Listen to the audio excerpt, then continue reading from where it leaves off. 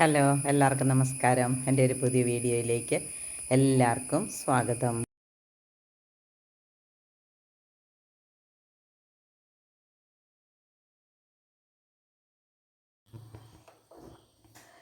കോവയ്ക്ക് നമ്മൾ അരിഞ്ഞു കഴിഞ്ഞു.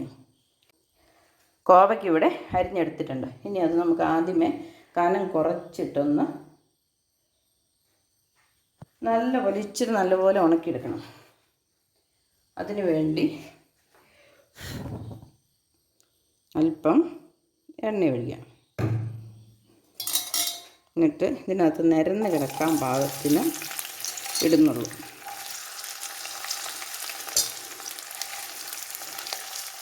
ബാക്കി നമുക്ക് അടുത്ത ദിവസം ഉണ്ടാക്കാം.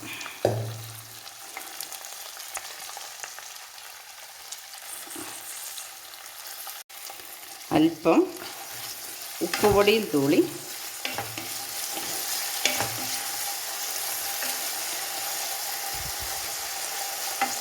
നന്നായിട്ട്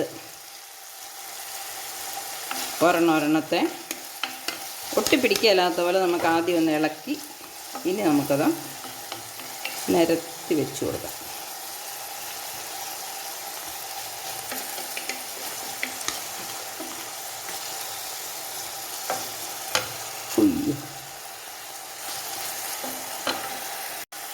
കോവയ്ക്ക ഒരെണ്ണത്തിൽ ഒട്ടിപ്പിടിക്കാതെ രണ്ട് വശവും നമുക്ക് ഇടയ്ക്ക് ഇളക്കി കൊടുത്ത് ഒന്ന് നന്നായിട്ട് വേവിച്ചെടുക്കണം. കുറച്ചൊന്ന് ഉണങ്ങിയതുപോലെ, എന്നാലേ ഇത് ഒത്തിരി ഫ്രൈ ഒന്നുമല്ല. നമ്മുടെ കോവയ്ക്ക ഏതാണ്ട് ഒരുമാതിരി ആയിട്ടുണ്ട്.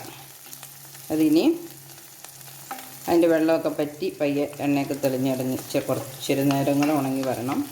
ഏത് കുഞ്ഞു പിള്ളേരും കൂട്ടിക്കോളും ഇങ്ങനെയൊക്കെ ഉണ്ടാക്കി കൊടുത്താൽ. കോവയ്ക്ക് വെറുതെ നമ്മൾ മെഴുക്കുരട്ടി വെച്ച് നീളത്തിലരിഞ്ഞൊക്കെ കൊടുത്തു കഴിഞ്ഞാൽ പിള്ളേർ കൂട്ടില്ല.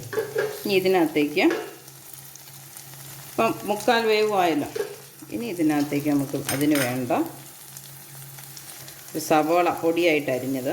ഇതിപ്പോൾ ഞാൻ പെട്ടെന്ന് അരിഞ്ഞപ്പോൾ അത്ര പൊടിയായില്ല. ഇതിൽ പൊടിയായിട്ട് അരിഞ്ഞാൽ ഒന്നും കൂടെ സ്വാദാണ്. പിന്നെ ഇച്ചിരി കറിവേപ്പില, ഒരു മുളക്. ഇനി നമ്മളിത് ഒന്ന് ഇളക്കി കൊടുത്ത് ഈ സവോളയൊക്കെ ഒന്ന് വഴന്ന് നന്നായിട്ട് വന്നു കഴിയുമ്പോൾ നമുക്ക് നിർത്താം. അപ്പോൾ ഒരുമാതിരി ഉപ്പേരി പോലെ ഇരുന്നോളും താനും. പിന്നെ തേങ്ങാക്കൊത്ത് ഇഷ്ടമുള്ളവർക്ക് തേങ്ങാക്കൊത്ത് വേണേൽ ചേർക്കാൻ കേട്ടോ. പക്ഷേ പിള്ളേർക്ക് തേങ്ങാക്കൊത്ത് വലിയ ഇഷ്ടമൊന്നുമില്ല. അവരത് കടിച്ച് കളയുള്ളൂ.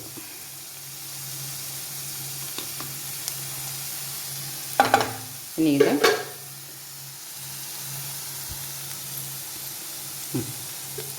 ഉപ്പൊക്കെ ഉണ്ട്, എരിവുണ്ട്.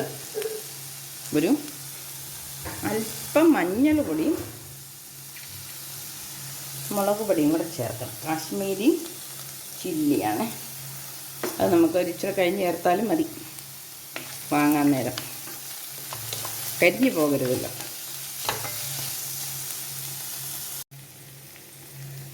നമ്മുടെ കോവയ്ക്കകത്തിട്ട മുളകും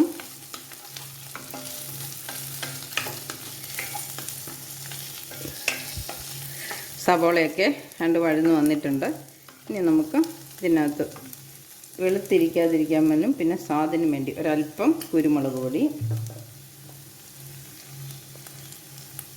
ഒരു പൊടിക്ക് മഞ്ഞൾ പൊടി,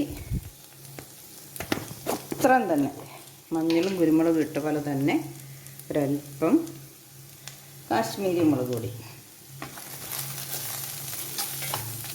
നിങ്ങളൊക്കെ ഇതുപോലെ കുഞ്ഞു പിള്ളേരുള്ളവർ, ഒന്നിലിൻ്റെ തന്നെ സ്കൂളിൽ 4ാം ക്ലാസ് വരെയൊക്കെയുള്ള പിള്ളേരുള്ളവർക്ക് പൊതിക്ക് കൊടുത്തു വിടാനും, ചോറിൻ്റെ കൂടെ അല്ലെങ്കിൽ അത്താഴത്തിന് ചോറാണെങ്കിൽ അതിൻ്റെ കൂടെയൊക്കെ കഴിക്കാനായിട്ട് ഉണ്ടാക്കി കൊടുത്താൽ പിള്ളേർ പെറുക്കി തിന്നോളും ചോറിൻ്റെ കൂടെ. ഞാൻ കോവയ്ക്കാന്ന് പറഞ്ഞാൽ നല്ലൊരു ടേസ്റ്റുള്ള സാധനമല്ലേ. അത് പിന്നെ എണ്ണയ്ക്കകത്ത് കിടക്കുമ്പോൾ ഒന്നും കൂടെ ടേസ്റ്റാണ്. കനം കുറച്ച് ഇതുപോലെ ഉണ്ടാക്കുമ്പോൾ അപാര ടേസ്റ്റ് തന്നെയാണ്. അപ്പം നമ്മൾ ഇതുപോലെ എല്ലാവരും ഒന്ന് ഉണ്ടാക്കി പിള്ളേർക്കൊക്കെ കൊടുക്കും. അപ്പം അങ്ങോട്ട് പിള്ളേരെ പച്ചക്കറിയൊക്കെ കൂട്ടി പഠിപ്പിക്കാം. ഉള്ളൊരു വഴിയാണിത്. ഇപ്പം നമ്മുടെ കറി ഏതാണ്ടായിട്ട് നമുക്ക് നിർത്താം. ഇനി നമ്മുടെ കറി നമുക്കിവിടെ ഉണ്ടോ 2-3 പിള്ളേരുള്ളവർക്ക് ഇത്ര ഉണ്ടാക്കി കൊടുത്തു കഴിഞ്ഞാൽ പിള്ളേർക്ക് ഇതിൻ്റെ കൂട്ടത്തിൽ എന്തെങ്കിലും ഒരു മീൻ കഷ്ണമോ ഒരു ചിക്കൻ കഷ്ണമോ തൈരോ ഒക്കെ ഉണ്ടെങ്കിൽ അവർ ഈ കോവയ്ക്കയും അതും കൂട്ടി വയറ് നിറച്ച് ചോറുണ്ടോളും. നിങ്ങളൊക്കെ നോക്കിക്കോ. അപ്പം നമ്മുടെ കറി നിർത്താറായി. Okay, by.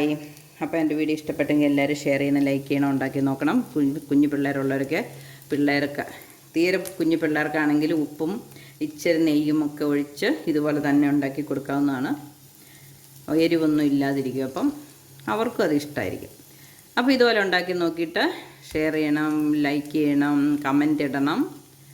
അപ്പോൾ ഈ ഒരു വീഡിയോ ആയിട്ട് വരുന്നത് വരെ എല്ലാവർക്കും ബൈ.